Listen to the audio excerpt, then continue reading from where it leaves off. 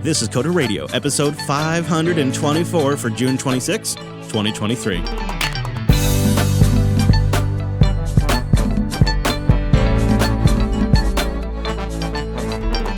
Hey friend, welcome into Jupiter Broadcasting's weekly talk show, taking a pragmatic look at the art and the business of software development and the whole dang world of technology. My name is Chris, and joining me in his brand new Batcave, it's our host, Mr. Dominic. Hello, Mike. Hello, Chris. Hello, handsome. So, you're out and about. I was out and about. We're gathered together finally. I missed you. You know, it's been like 2 weeks or a week. It's been I don't 2 know. weeks. I moved. New place. New place, and I'm in a white room with like nothing in it. I call it my Johnny Ive space. You do sound like you're in the Ive space. Yeah, so I apologize for the echo. It should be fixed next week. Well, I know how it goes when you're moving, new setup and all that kind of stuff. It's just good. Yep. It's good to be here so that way we can discuss the extremely important matters of the day, like Elon Musk and Mark Zuckerberg supposedly getting in some sort of jiu-jitsu cage match in Vegas. That is just the dumbest thing Musk could do. I mean, can we just dive right in? This is real dumb. So first off, apparently the Zuck is quite the jiu-jitsu ninja or whatever, but also he's a freaking Cylon. Yeah. No pain, metallic bones, doesn't care if he kills you. He likes to hunt his own meat, eat it raw, and smoke it. And you can find videos of him taking down dudes like Lex Friedman in 2 seconds on the internet. Yeah. I mean, he's going to have a deep freezer full of Musk meat pretty soon. But So, you know, it's interesting. The financial press and the tech press are kind of framing this as like a war of viewpoints and a war over two AI giants. And, you know, it's a Tesla versus Meta battle. I just find that framing so stupid. It seems to me obvious that what's really got Musk pissed off is that old smoke and meat Zuck here has figured out that Twitter has pissed off half the country. It's pissed off a ton of advertisers. They have Instagram. They could tightly integrate Instagram with a Twitter clone that's friendly to the other half of the population that Elon Musk is pissed off and probably more brand safe, and probably get up and going with the Instagram integration pretty quick. It's sort of silly they haven't done it so far. And I think that's what this feud's about. The fact that that's about to be released, not some stupid like AI giant battle that CNBC's talking about. yeah, well, and you know, there's going to be a lot of uptake for that product just by virtue of Instagram existing. And yeah, there's a lot of disaffected Twitter users. I mean, I'm kind of amazed at how quickly this Twitter situation has kind of devolved. Although, again, when you start at $42 billion, it really, you're just starting from a horrible position. Well, you don't want it to be the everything app where you have payments integrated for stuff, and you don't want to do that. I get it. The dream of China lives in all of us, but I just don't see that happening here. I mean, so for our European listeners, do you know how much of a pain in the ass and expensive it is to electronically send someone money to the U.S. banking system? It's quite annoying. Mm-hmm. Mm-hmm. That's why everybody's trying to come up with some sort of solution. And expensive. Yeah, I think this would be a brilliant marketing move for Zuck because he would take down Elon in a hot second, and everybody would then find out about his platform. It would be a fantastic new promotion for his Twitter clone. Yes, his first, so far, I think it's going to be called Threads. His first thread will be just him literally flipping Elon over. That's it. Yes. You know he's posting it there. If you want to see the video, go watch it on Threads. The 10-second video, yes. I don't know if it'll do very good, though. I have to be honest with you.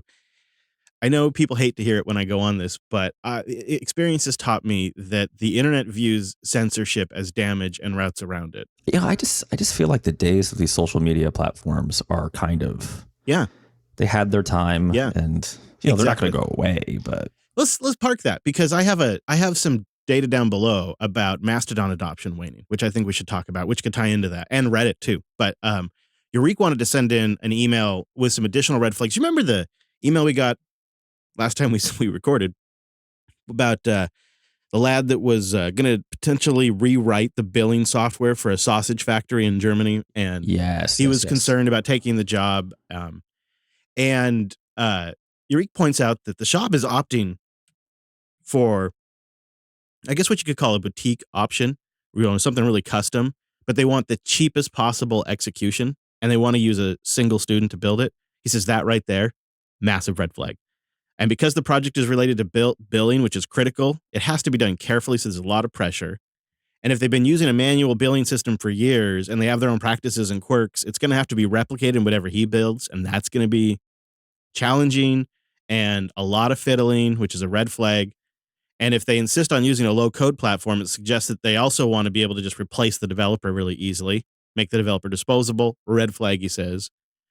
And as a junior student developer, you're probably not going to have any sway in the decision-making process, which could lead to a lot of frustration. So he just says it's red flags all over the place. And it's a lot of things you have to think about. That was a great perspective, is, that inability to be involved in the decision-making process, yet being responsible for the product. That happens to developers all the time. And it's so frustrating. It's so life-sucking. Yeah, it's a tough situation. And I could definitely see the other side too, because when you're young and starting out, it's kind of hard to get ideal gigs. So I would definitely avoid the no code thing. That's probably just going to lead to future heartache. Do you think companies like the Sausage Factory could be clever enough to connect low code means easy to replace developer, or is that, do you think, beyond their grasp? I mean, there's always the dream that, the business types will be able to do their own integrations, right? Yeah, just ask ChatGPT, right? Right. Well, or even something like Airtable, which is probably more up the alley of what these folks think. Right. I don't know. I mean, I have to say, when I was starting out, I took some really shitty jobs. Yeah, there is that. Boy, that's good. But Eric really made me think the more thought about it. Oh, no, fair points. Yeah. Yeah, you really have to have some conditionals going into a situation. I bet people out there have some experience with this. If you'd like to share it with us, coder.show/contact. Also, we'd like you to boost in your hot take on why you will or will not be buying the Apple Vision Pro. Coder's going to be running lean on ads for just a little bit, hopefully, but we're hoping to incentivize support with memberships and boosts. And so one way to support the show is by boosting in. You can go to getalby.com. You get the Alby extension. Then you go to the podcast index, find Coder Radio, and you boost there. Or get a new podcast app, newpodcastapps.com.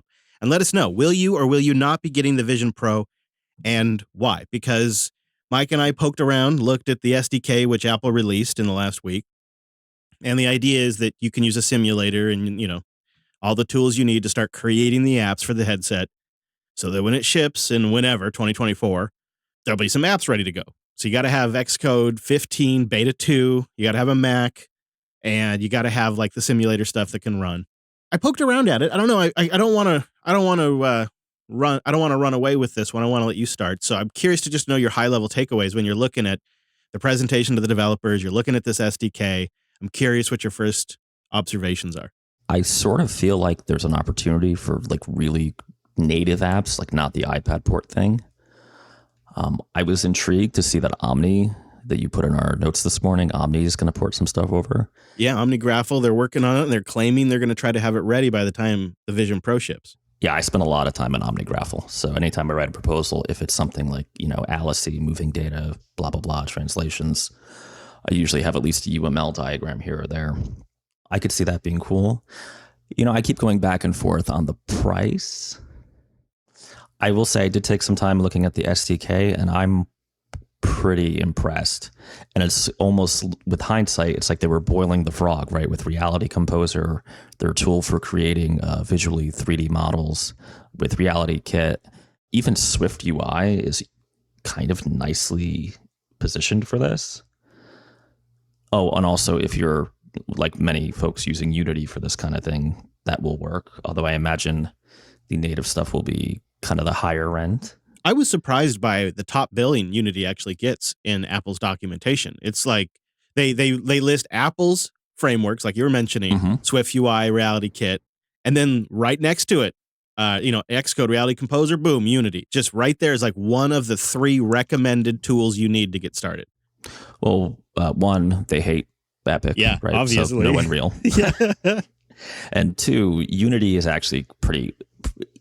If you've ever dealt with their sales guys, that will sell you it for games for sure. They still love that. But they've been aggressively pushing into these more enterprise use cases. I agree. I just think it does. Watching Apple for 30 years, there's certain things that are key tells, and putting Unity on a top billing right next to Reality Composer Pro and Xcode, putting it next to Apple's coveted tools that they've created is, I think, a signal to me that Apple is really serious about getting apps on this platform from third-party developers. I actually wish it wasn't Unity myself, but I wish it was Unity, and I wish we could have Unreal. I wish we could have both. Yeah, it's not. You're not going to get NVIDIA either. So I honestly think this is a tell about how serious Apple is about getting apps on this platform. Sorry to derail, but I think there's a signal there. Just the amount of information, they've basically opened the kimono on the development story pretty substantially, and that is not like them, to say the least, on a released product. Yeah, you really get a sense of what this thing can and can't do.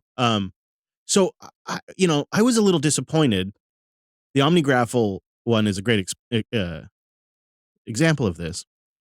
Kind of seems like the sizing in order to read everything and whatnot, you're not really fitting more than 2 or 3 screens on this thing at a time, right? Like everybody's talking about having 8 screens and all this kind of stuff. But if you want to actually interact with the app and use it, like in the OmniGraffle screenshot, which we'll have linked in the show notes on their blog post, they have the apps at a slant and one app kind of at the bottom of the screen that's even cut off. You can't even fit the whole app on the screen.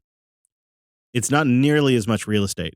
And it's not just this screenshot. It's all the screenshots in the SDK. They really only show 2 or 3 windows fitting on the screen at the same time. Yeah, I mean, again, this is definitely the introductory, learn the tech product. Mm-hmm, mm-hmm. I remember how kind of crappy that first, 2 iPhones and the iPad was, right? Yeah, and the Apple Watch. The Apple Watch was terrible. I mean, maybe the Apple Watch, if you're right, is the better use case. The battery limitations on this, I think, are going to be more annoying than Apple's let on. Perhaps. Yeah, I think, though, there's going to be a third-party market that'll address that pretty quick. It's potentially never going away. I've been thinking about the cord. What do we all think this is going to end up being? We all think inevitably this is going to end up being a pair of glasses. Wouldn't it? We all wanted Apple Ray-Bans that do all this with Ray-Bans, and they don't look goofy. I don't think physics is going to allow, at least in our lifetime, something like that in a pair of Ray-Bans, unless the compute is in your pocket. Now, it could be wirelessly to your iPhone, or it could be on a cord to this little brick. And maybe over time, that little brick isn't just the battery, but maybe it's also like an A18 processor, or maybe it's like an M3 or M4, right?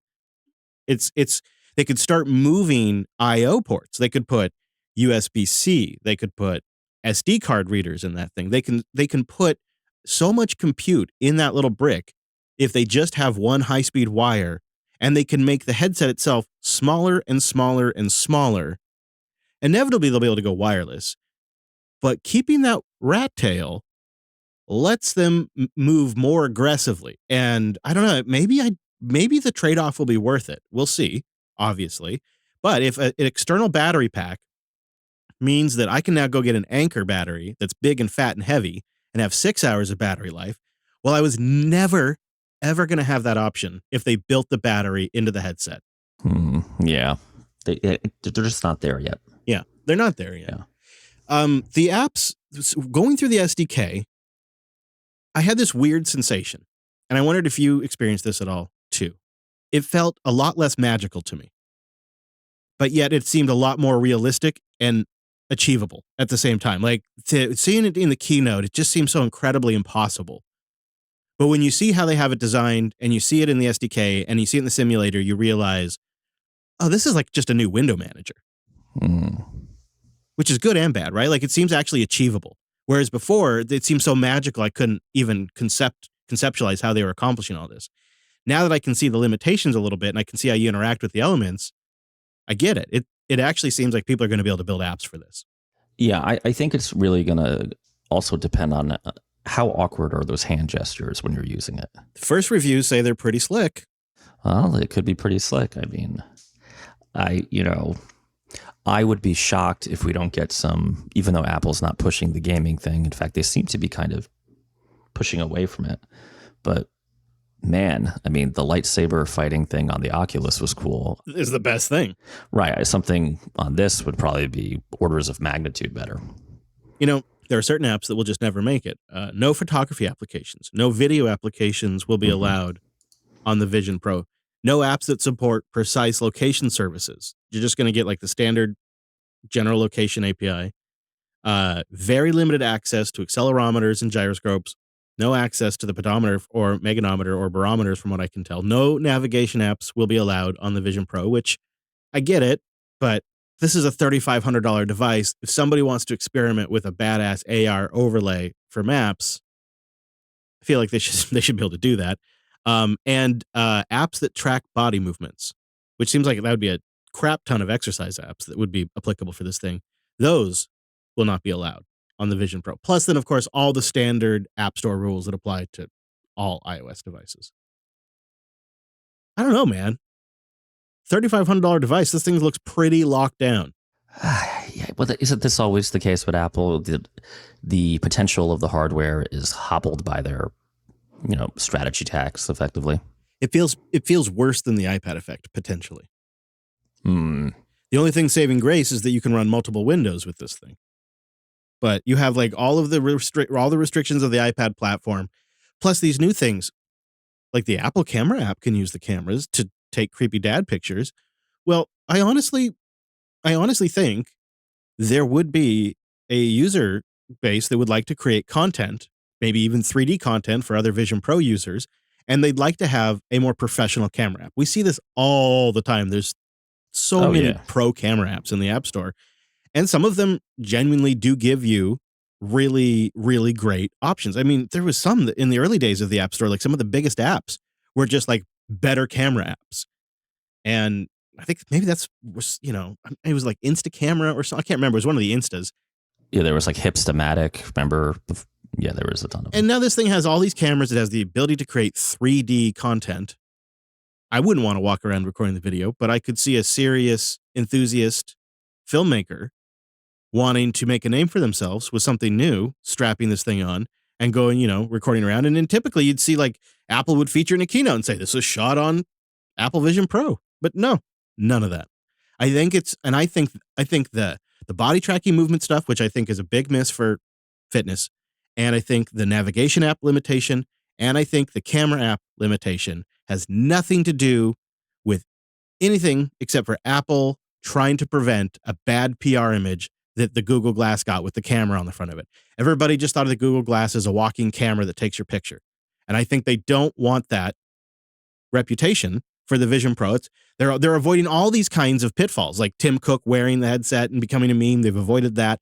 And I think they're going to avoid a certain class of apps. They're going to limit a $3,500 brand new nascent platform that's beginning of spatial computing, that's going to be a whole new era of devices, is basically being smothered in the cradle because they're worried about memes. I'm not that pessimistic. I'm hoping that it's not just going to be porting existing experiences and use cases to your face. I'm hoping we get some innovative stuff. Now, having said that, I am racking my brain trying to find something useful. So, there's that. Yeah. And I grant you, over time, they'll probably open up, like the camera They'll stuff. have to chill out, Mm-hmm. right? I mean, that's always been their move. But it's so obnoxious, and it just sort of seems avoidable, but whatever. I think on the opposite end of the spectrum, it appears that Safari is a full-fledged VR machine and will support the standard WebXR. Oh no. Which means, VR web content on a web page, any web page, will be usable in the Apple Vision Pro headset, including porn, which, is kind of going to matter. So they may not allow it through the App Store, but they're going to support the WebXR standard. VHS learned that lesson a long time ago. Also, Apple hired Ada Rose Cannon a year ago, and I wasn't familiar with her before this came out, but she is the co-chair of the W3C Immersive Web Working Group that is really pushing the WebXR standard. So they basically hired one of the key players in WebXR to come work for Apple too.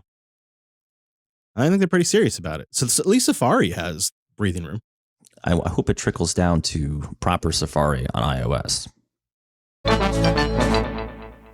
Linode.com/coder. Head on over there to get $100 in 60-day credit and check out the exciting news. Linode's now part of Akamai. All the developer-friendly tools, including their cloud manager, their API, and the command line tool that help you build, deploy, and scale in the cloud, they're available. But now they're combined with Akamai's power and global reach. They're expanding their services. They're offering more computing resources, more tools, and of course, doubling down on that reliable, affordable, and scalable solution that users and businesses of all sizes have learned to love from Linode. And as part of Akamai's global network of offerings, data centers will expand worldwide, giving you even more access to resources to help you grow your biz or your project, serve your customers, your friends, and your family. So why wait? Go experience the power of Linode, now Akamai. Head on over to linode.com/coder to learn how Linode, now Akamai, can help scale your applications from the cloud to the edge. This concludes Linode's long support of the Coder Radio program. So if you want to take advantage of that $100 offer, head on over there at linode.com/coder. And a big, genuine thank you to Linode for their long-term support for the Coder Radio program. We thank them very much, and we thank everyone who's gone to linode.com/coder. Well, there's a little drama around Phil Schiller, the old Apple, I guess he's a fellow now, but of course he's been there forever. And he is the ultimate king of the App Store. We've talked about him many, many times on the show. And what we finally have is a little bit of the internal drama spill out into the public. A former colleague of Phil Schiller's named Philip Shoemaker has some serious hot goss, and he didn't hold back, which is very, very, very rare. This comes from mobilegamer.biz, and others will cover this. We'll have a link in the show notes. He says the way to solve the inconsistency around the App Store, and I hate to say it, is to take a page from Google, especially now with AI tools that are out there. You can probably do 80% of the work the review team does. But he says Schiller is against the idea. Any sort of automation that we tossed out was pushed back from management. Quote, I think the way to radically improve the App Store is to have Phil be an Apple fellow and get his hands off the App Store. Maybe he's not a fellow yet. I don't know. I don't care. He goes on to say, that's what we really need to do. Eddie's more progressive. Jaws is more progressive. And we know Matt is as well. Phil just needs to get his meaty paws off the App Store. If Phil doesn't step back, it absolutely will be the courts making the changes. Wow. That is some spicy hot goss right there. It is. Now, I think we should take this with a grain of salt, right? It's been pretty widely reported that this dude left under some pretty acrimonious terms. Doesn't mean he's wrong, for sure. It doesn't, right? It's possible. But one statement that struck me was they don't do any kind of automation. Well, I know for a fact that's not true. They do. In fact, every app that gets submitted, it does a number of cursory, well, and not so cursory automated scans. The most obvious one is where they check if you're using private APIs, particularly ones they really care about having you not use. And they check for, they have like any other software vendor, right? They have signatures of like known malware, things, they just have a database of it. And they scan in fact, when you do the upload and export to bytecode, that gives them an even greater ability to do this kind of thing. So they do some automation. It's not completely manual. It is fair, though, that, yeah, I mean, how many years have I been moaning about the App Store, right? You submit an update and all of a sudden you're rejected. Go talk to David Hedemar Hansen. He'll tell you all about it, right? It does at times feel kind of arbitrary. Yeah. I've been watching the journey of a Nostr developer. He makes the most popular Nostr iOS client, and Apple rejects his app. He makes a change after a phone call with them that seems arbitrary, but just to kind of like give Apple a win and, make it so they were right all along. So he makes the change exactly like they asked him to make it, which is a degradation in what the app is capable of, but he compromises. He resubmits the app exactly with the change as described by Apple, and they reject it. Different group, right? And it's for the same reason they rejected it initially, even after the fix has been made. And it's this back and forth, back and forth, back and forth. And I saw it with another app recently where they got rejected, they appeal, and then they get accepted. And I see this kind of thing pretty common as well. And that type of stuff seems like, yeah, that probably needs more, if not straight up automation, streamlined process. And it's so frustrating for developers This also happened to the Fountain FM developers. It happens to all the developers, really, but these are the ones I see. The Fountain FM guys had a bug that could lead to like excessive data usage or something like that. And they tracked it down within a day and submitted a patch, a few hours later because it was a pretty reasonable fix. And then I had to fight with the App Store for 3 days, which then drug over a weekend. So it didn't really get resolved until the next week. And so, extra data just got burned up for a little bit on these users' phones and they had the fix ready to go, but they just had to first they had to get declined, then they had to arbitrate, and then they had to wait for the weekend, and then they had to get approved. And then they could put the patch out there, a quick fix that took them probably, 16 hours total work from troubleshooting to fixing, testing, deploying. But then it took 4 or 5 days before they could get out to their users because the App Store process seems to be arbitrary and precocious. Well, this is Jeff Atwood a number of years ago had a great article, blog post, serving at the pleasure of the king, right? You could Google it. It's very popular. We covered it years ago. This is just, if you've been working in the Apple ecosystem long enough, it really is like an old royal court. You know who the shoemaker guy reminds me of? Everybody's got all these guys, these developers that are hot shots, their hot takes on everything. Everything's garbage and whatnot. And, they don't mesh at Apple. Yeah. Right? Like Apple will inevitably adopt things that make sense. But Apple is generally not the first. They generally watch, see what works and doesn't work, and then they implement a solution that kind of solves those problems in a narrower set than enthusiasts like myself tend to be totally happy with. But that's Apple's MO. And so when you go to work for a company like that, but you're a hotshot, it's got to be really frustrating because you think you're at this super magical tech company, but the reality is they're very conservative internally. Well, that's exactly where I was going to go with this. Like having dealt with them for a number of years now, even just like the day-to-day, dev relations and the kind of engineers doing the sessions and whatnot, they're not like individually trying to be jerks to you, right? It's yeah. And it kind of makes sense where at Apple, they would rather not do something for another year than take a risk and have it blow up in their face. I mean, Apple Maps comes to mind pretty quickly, right? This Vision Pro, it's 6 to 7 years possibly been cooking, and we've seen reports of a lot of debate. This is one of their riskier gambles about shipping before they've really got it done. Yeah, this is I'm a little surprised, but I know we talked about last week or 2 weeks ago that it possibly because of all the hype AI and everything is getting, they needed something too. And neither of us have ever had this on our face, right? So who knows? We might try it at some point and say, oh my God. How can I phrase this? There are some things that are like obviously more high level business exec capricious than others, right? And all of that is like the rule 3.11, right? The in-app purchase stuff is pretty aggressive. But I don't know. If they change their ways, they're going to take a bunch of for things going on there that probably shouldn't, especially given how they've branded the company and themselves. Like Apple couldn't run a wild west like the Google Play Store. And I know it's gotten better, but it's still pretty rough. And there's a lot of crap on the App Store too. That's true. And when they've testified recently, they've argued that their more human curation approach is part of the cost of running the App Store. And it's part of the expense, and why they need their 30% cut is because they go this extra mile that Google and others won't go. And they have more humans involved with the curation process. They have argued that they testified to such.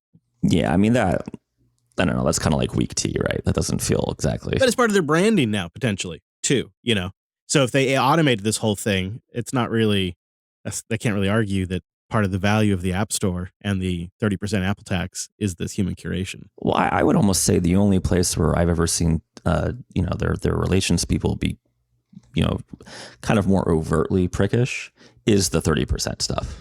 And that's, I mean, we've seen the testimony, right? There are probably going to be more court cases about this. That's just a strategy tax because they got to keep that baby going up and to the right. Got to have them services. So do you think Schumacher or Maker is right? It might be Macher.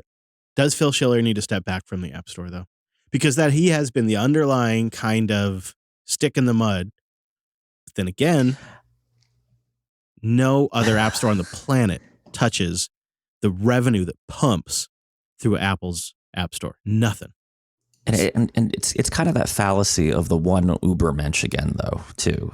That Phil Schiller, I mean, yeah, if you're Facebook, right, I'm sure he knows about what you're doing with your app, and you maybe have a conversation.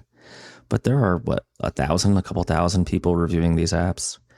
On the one hand, it seems like you can't lay everything on Phil Schiller's feet. And I don't know that the case that was made here is actually strong enough to say that on the whole, what they've done is wrong. I mean, they've actually become more accepting than they used to be. That's what I was going to say. I mean, I distinctly remember a change in tone when Schiller took over. Yeah, it seemed to improve to some degree. Well, they hired more staff, right? And you know what? The appeals process in the early days was terrible. Yeah. It took forever. I mean, we complain now, but it's so much better now. Horribly so. And a lot of the time, they just say, okay, we understand, or they make you change something Mickey Mouse and give you an expedited review. Right. So I would rather be in the App Store of now than in the App Store of, 2011, 2010. Could it be better? Of course. But I look at things like the Fire Store, which is just awful. Google Play has gotten better, but it's, the whole monetization situation over there. I'm sorry, Android users, it's just not as good. They push so many garbage apps, not to be the hot take guy here for a second, but I fire it up from time to time on my Pi-Zel 7 and, not very curated. There is a difference. It's like if I fire up the App Store, I can find an app I want to try in 30 seconds. I fire up the Play Store, I usually bail without installing anything. Yeah, but there are still things that suck, right? Apple Arcade is just bad. I mean, and I think they fundamentally don't get game companies and gaming. And so you'd vote keep Schiller, sounds like. I would vote it doesn't matter. Like it's just a fallacy. I don't know. I mean, what does an Apple fellow do anyway? Is like meditating on the ghost of Steve Jobs. I mean, really? That must be part of the team they send out to pick the new Mac OS name every year. Oh my! It does make sense given the places they seem to like to go. Yeah. All right. I think I agree with you. I think I was actually kind of on the it's time for Schiller to go train when we started, but going down memory lane, I think you're right. I think really what you have here is just a difference in opinion on how to do something. And Schumacher might just be happier over at the old Googs or something. Well, it's not like he's doing nothing. He's I forgot the name of but he's doing a pretty fancy startup and he's done other things. I mean, it's totally possible for just an organization and an individual to be a bad fit. Like, I don't think I could ever work for Apple. Tailscale.com/coder. Head on over there for a free personal account for up to 100 devices. It's also a great way to support the show while you're checking out Tailscale, a mesh VPN that you can get set up and running on your devices in just minutes. It's protected by WireGuard's noise protocol, and it creates a flat, secure network between each of your nodes, and they can talk directly to each other. Doesn't matter if you're behind double carrier grade NAT, you can be in a container, you can be in a VPS, you can be on your LAN. Tailscale brings it all together, including your mobile devices, and then layers on a whole suite of tools and a nice management UI to make it unbelievably easy to build the best network tooling you've ever seen. I use Tailscale extensively to manage all of my devices across multiple buildings. And of course, all my mobile syncing is done over Tailscale, and all my family support is done over Tailscale. Things like Nextcloud and Jellyfin, they're not even on the public internet anymore. They're only on my Tailscale. And we hear stories from listeners all the time that write in about how they use Tailscale for testing, for something at work or something at home or on their laptop, and bring everything together. You can quickly and easily create a secure network between your servers, your computers, and cloud instances, even when separated by firewalls and carrier-grade NAT. I can testify it even works over Starlink. So go check it out and get it for free for up to 100 devices. That's not a limited time deal. That's just how brilliantly they've architected their network. They can offer that to you. They're really sharp over there, and you're going to love it. Go support the show and try it for free for up to 100 devices. Tailscale.com/coder. All right, so Daring Fireball's John Gruber, amongst others, is declaring the Mastodon adoption stalled. Hashtag Twitter migration fail. And an author that, let's see, do I have their name here? It's Monday. It's truly a Monday for me. But it's like Cafe Laban is the blog. They wrote about their journey about leaving Twitter and trying to find a Mastodon instance that worked for them. But ultimately it didn't stick because Mastodon just didn't have the same features they were used to with Twitter. The fragmentation of different Mastodon instances made it difficult to find who to follow and where. And a lack of marketing meant that a lot of potential users haven't found it. And some Mastodon users seem to be really ideological. Like some instances, they just were a turnoff for this individual. And they had a little interesting bit of data. They recently shut down their Mastodon instance that they started in November at mastodon.balloonface.com, sent out 700,000 kill messages to inform other instances that it had federated with that it was going offline for good. And then to just go ahead and delete all records from the other servers' databases. And around 25% of those were returned undeliverable because the instances had simply already dropped offline. 25%. Oof. I've taken a stab at Mastodon since it was brand new. I mean, I found like a 10-year-old account recently or something like that. And it's never stuck for me until I joined the podcasting 2.0 community. And that, because it's focused on podcasting and the 2.0 general like goings-ons, I find it works really well for me because I just keep it on topic over there. Pretty much everybody does. And I just go there to just, see what's going on. But I don't engage in Mastodon like I engaged in Twitter. And I can feel this is beginning to happen with Reddit and Lemmy. Lemmy's got some stuff, but it's just no Reddit. And I find myself less and less interested in using Reddit, just like I find myself less and less interested in using social media in general.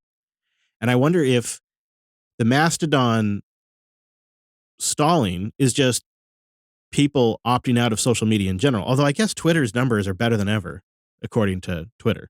Yeah, I mean, it depends on what numbers you're looking at. Like ad revenue. Yeesh. What do you think, though? Why is Mastodon stalling out? Let's assume the premise is correct. Right. Why? And I have definitely noticed a couple of arbitrary data points. I was getting, daily requests. Chris, what's your Mastodon? Chris, what's your Mastodon? I haven't been asked that in weeks. People don't ask me anymore. And maybe it's just because I've told enough people I'm not really doing it, or maybe it's because people are no longer really switching, so they're not looking for folks to follow. I guess, I think kind of one of your comments really hit my situation in that I'm just, it was too hard to maintain both. And just the last couple of weeks have been crazy. I'm kind of happy not being on the socials too much. Like I literally checked it this morning for the first time in over a week. It was fine. There were some people listening to the show I either liked or replied or whatever, but I think I'm happy without it. Like if I'm going to chat, I'd rather hang out in Discord or the Element Room. This would be something else I'd like people to boost in about. Rotted Mood says, I'm pretty worn out on social media, but I've stuck with Mastodon. I haven't gone back to Twitter. Lemmy, I'm finding harder. Have you checked out Lemmy at all? Are you familiar with this? I have not. Yeah. So this is a federated Reddit replacement. It's actually been in development for years. It was one of those projects that was kind of like ready to go at the right time, at the right moment, and it's a lot like Mastodon. You can run your own Lemmy instance. The back end is a lot more robust. They learned from some of Mastodon's mistakes there. And you can essentially follow people across instances, but it has the Mastodon problem. I don't really know which instance I want to be part of. And I'm wondering, am I signaling by joining an instance that that I reflect their values? And then the other question that I have is it because it's so inherently dispersed, it never really has that town center effect where one arbitrary rando thing can go viral and millions of people see it because we're all in the same space. You kind of get that. You can boost across instances and whatnot. You can retweet or whatever, but it just doesn't get the reach, and you don't get the pulse of what is going on right now in the world. What's the thing everybody's talking about? What you get is what those individual instances find important are talking about, but you don't get what's the entire world talking about. And I think people want to be on that world stage. They want to have an opportunity to talk to celebrities and to regular people if they're on social media. I don't know. And I was always kind of skeptical of Mastodon because of its inherent isolation design. And I'm skeptical of Lemmy for the same reason, even though I'm a huge believer in decentralized technologies. I don't know if this is it, Chief. Yeah, it's funny. My primary use for Twitter, other than Flame Wars, which it's been a while, might have to rekindle that flame. Yeah, those were some good times. Yeah, was just getting articles to read, right? To save to Instapaper, and then later I switched to Pocket to support Mozilla. But now I don't know if you've heard of this. I think I mentioned it a couple months ago, the Artifact app. Did you mention it? If you did, I've already spaced it like an old man. It just basically takes your interests, and of course it's collecting data on what you actually read and like which articles you finish, which you don't. And it just generates you a feed, and it's got like integration with the New York Times. You can just log in your New York Times subscription. It's got the information, which is something I subscribe to, although their integration sucks for a tech publication, guys. You should fix that. Yeah, especially for a premium product. Well, because they just pop you out to the browser, which is kind of lame. Of course. Of course. Cool, they got to show those ads, baby. It's got, it's got some like schlockier places, but it's pretty good. And you know what? You get to read the article on the benefits of insert controversial Rust community suggestion here without the flame war. True, that is nice. Yeah, because sometimes I can't avoid the comments. So you got to be in a special mood to want to go into the comments. Reddit's even worse. Reddit, I gave up on Reddit. I was like, this is just like, okay. It's so funny though, because there was a period of time when Linux Action Show had a ginormous, for the time, subreddit. I remember. And it was a huge part of how people interacted with the show, how we got information into the show. It was quintessential to the workflow. Coda Radio had a subreddit. We had a pretty active subreddit. Yeah, it was a big part of the show for a long time. And it's when I search for stuff, I often append Reddit to something if I want to get like some nuanced take on something. Yeah, they're going to block that soon. Don't worry. Yeah. Yeah. I mean, yeah. It is, I guess, just sort of maybe social media fatigue, or maybe it's just you and I. This is something I'm trying to wrap my head around, because I'm also feeling it with Nostr.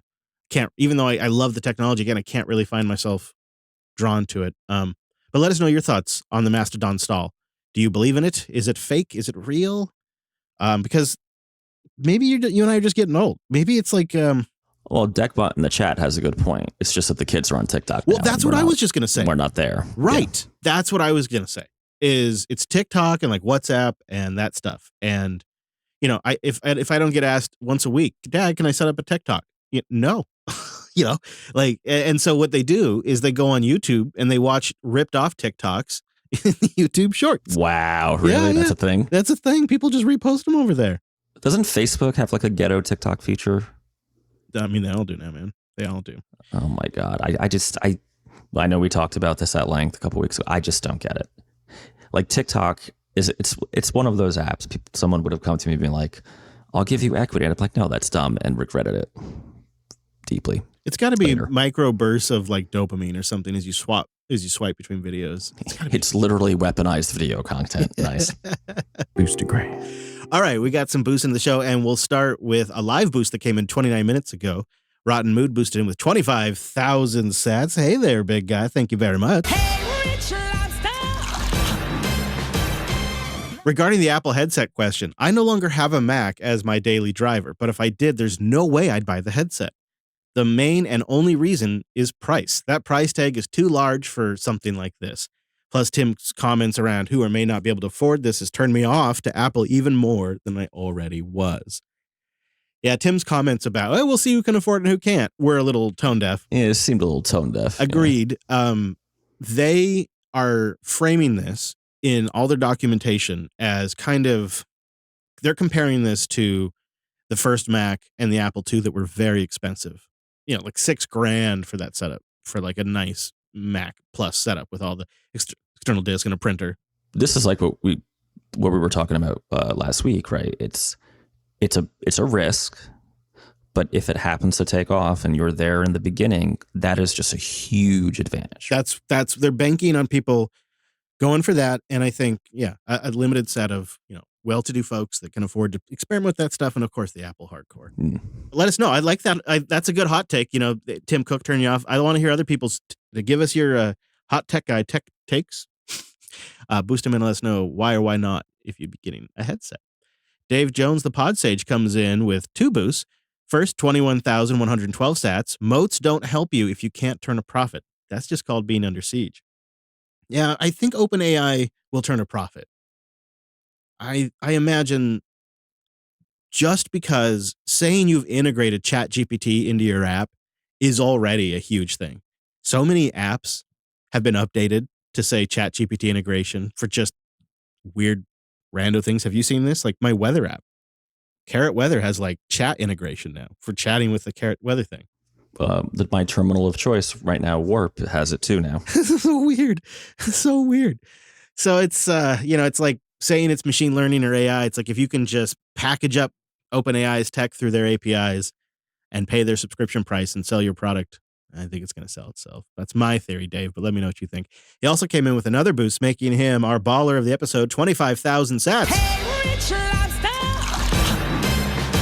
Guys, it's almost never the language. It's the framework that makes things easy, hard, slow, or fast. The PHP code that runs the Podcast Index API is ancient, and it's a homegrown framework, but I know it, and it's fast and easy to modify on the fly. New stuff is Rust because, well, I've had the time. Yeah. That's so true. Like if you build up your own homegrown framework over the years, oh man, that's like the dream that you can just keep going to, that well you can keep going to over and over again. Sounds like a nightmare to me. I'm not with you. All right. I don't know why. It just sounds really appealing to me. Scott comes in with a row of ducks, responding to Reddit Goes Dark episode 522. Something has to be said for the simple stack that just works. Did an internship once where we had to build an environment for a CS summer camp the company was doing. We wanted to use all the fancy tools, but our manager gave us default Debian, HTML, CSS, JavaScript, and Python. It wasn't pretty, but we got it done in time. And at the end of the day, if the outcome matters, the stack comes second. Oh, I know. I feel what do like we always say? Boring tools get the job done. But I also feel like not to go at you, Scott, but isn't this the same logic that has given us the plague of crappy Bluetooth stacks for 20 years? Like when I see how solid the Nintendo Switch implementation is, or like Apple AirPods, and I think, these guys have done their own custom stack, right? They've got the driver, they've got the Bluetooth radio stack driver, then they've got the software stack that's using the radio. They control the whole thing plus the hardware receiving it. Like, I wouldn't even believe the Switch is using Bluetooth. It works so damn reliably. And yet it is. And same with a lot of, the Apple tech. But I think most Bluetooth stacks are absolute cat litter boxes. Like they're the cheapest components, especially the stuff built into the cars for some reason. Ugh, yes. So I feel like, the stack doesn't matter as long as you should. I think that it does matter for certain jobs. I think if you're building a web app to spit out some results on the back end, yeah, you're right. If you're running a Python script or a PHP command line thing to produce a result that you're then displaying, as long as it works, it works. So I agree, Scott, but I just wonder where you draw that line. The gig comes in with 2,000 sats, says, great show, guys. Get on Noster.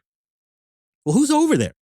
What's going on Noster? I want to know what's going on before I go get all involved. But I don't even know how to take a peek. It sounds like a villain from the next God of War game. That's true. Some people call it Notester. Or, it's notes and other things through relays, right? That's the whole thing. So social media is one of the things.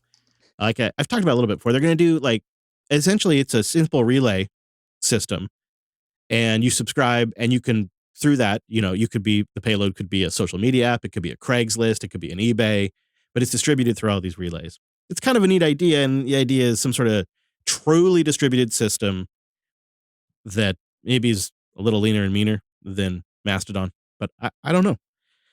I'd love to get a clear picture on what the value is over there. Like sometimes you get some really sharp people that adopt these platforms, and it's worth going over there just to see what they're nostering about or whatever they call it. So the gig, if you have any insights, please share. Hey, I hope none of the content is too nasty. Oh, yes. They should have something called the nasty. Oh my God. Hunnigan came in with a hang loose boost, 5,000 sats. It's our last boost of the episode. If I missed your boost, I pulled these manually this week because Mr. West Payne is still traveling and he's our script master. So just let me know and I'll try to do a make good. But we love the support. And of course, you can boost in. I think getting Alby is the easiest way because then you can keep your podcast app. Get Alby.com. You top it off and you head over to the podcast index. Though, if you're ready to try something new, the Podverse app has had some really great updates recently. Just pushed out a brand new update for Android, cross-platform, GPL. You can play on one device, finish on the web, that kind of stuff. Does clips, does boosts. And also Fountain FM is just going from strength to strength to strength. They're really honing in on what makes the app good. Those are some great examples. Newpodcastapps.com for all the new apps. If you're ready to change it up and try it out. But if you're not, getalby.com and then Podcast Index, boost in with your thoughts. And of course, a huge thank you to our members. Not only do you get that fancy Coderly, but you can get that ad-free version of the show, should you so choose, which is always nice. And you support us every single month over at coderqa.co. Automatically, you can just set it and not worry about it. And you can support all the shows over at jupiter.party and get all the shows ad-free. Mr. Dominic, is there anywhere you'd like to send the good people before we get out of here? Yeah, if you need some dev work done, hit me up at alice.dev or some good old automation stuff. And also, check out Babylon 5. I've been enjoying it. Oh, I've said this before, but I've always had a hard time getting past the first season. How far are you? I'm just about done with the first season. You know what? You have to be in a very calm frame of mind. Okay. And love the cheesy, who's the bad guy when they, you can tell where there was supposed to be a commercial break, right? Yeah. So they cut and do, the dramatic music. Yes. Oh, okay. Yes. I can get in on that, actually. It's pretty good. It's very 90s. Maybe one day I'll be watching it in my Apple Vision Pro on a huge screen. Right? I feel like that would be a horrible experience, actually, because the graphics, it's yeah. All right. Yeah, you're probably right. You probably shouldn't zoom it up too much. All right. Well, you can find me on Matrix if you'd like to join our Matrix instance. Details at jupiterbroadcasting.com/matrix. And if you want to get right into the Coder chat room, we have a redirect at coder.show/matrix. It'll take you right there. Links to what we talked about today are coder.show/524. Of course, you'll find our contact form, our RSS feeds, and all that. And then if you want the ultimate experience, totally raw and uncensored with all the pre-show, join us every Monday at noon Pacific, 3 p.m. Eastern over at jblive.tv, where we stream it using PeerTube, and we also put it up on the YouTubes and whatnots. And then we keep an archived version on the PeerTubes, and we pull it off to commercial platforms because we get in trouble generally. Those bots, they come after us. It's a thing. Poor us. How do we survive? Silence. Yeah. It's always the damn silence. And my kids are like, Dad, you should do more YouTube. I'm like, oh. No. Oh, young child. All right. Well, thanks so much for tuning in this week's episode of the Coder Radio program. And I hope to see you right back here next week.